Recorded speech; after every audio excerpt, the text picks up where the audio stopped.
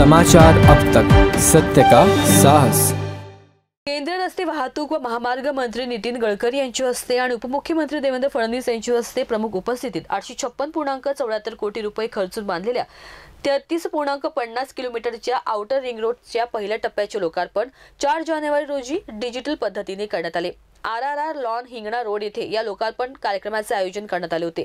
नागपूरचा वाढता व्याप पाहता नवीन रिंग रोड लाईफलाईन ठरणार आहे। जिल्ह्याच्या अर्थव्यवस्थेला या मार्गामुळे चालना मिळेल। येत्या काळात या रिंग रोडमुळे जिल्ह्यातील अर्थव्यवस्था 1 लाख कोटींची होईल असा विश्वास उपमुख्यमंत्री देवेंद्र फडणवीस यांनी व्यक्त केला। नॅशनल कॅन्सर इन्स्टिट्यूट जामठापासून हा मार्ग सुरू होऊन फेटरी काटोल रोड पर्यंत असेल।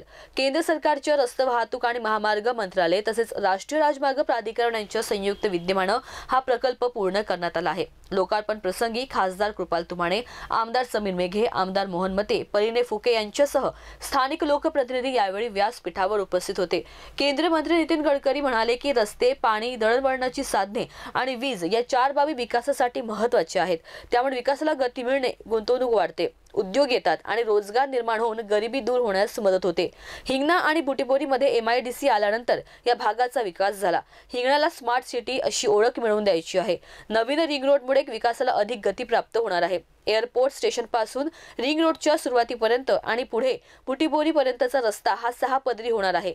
तसेच वाडीपासून कोंढाळेपर्यंत देखील 6 पदरी रस्त्याचे काम सुरू होणार असल्याची माहिती केंद्रीय मंत्री गडकरी यांनी दिली आहे। समाचार अब तक ब्युरो रिपोर्ट, नागपूर।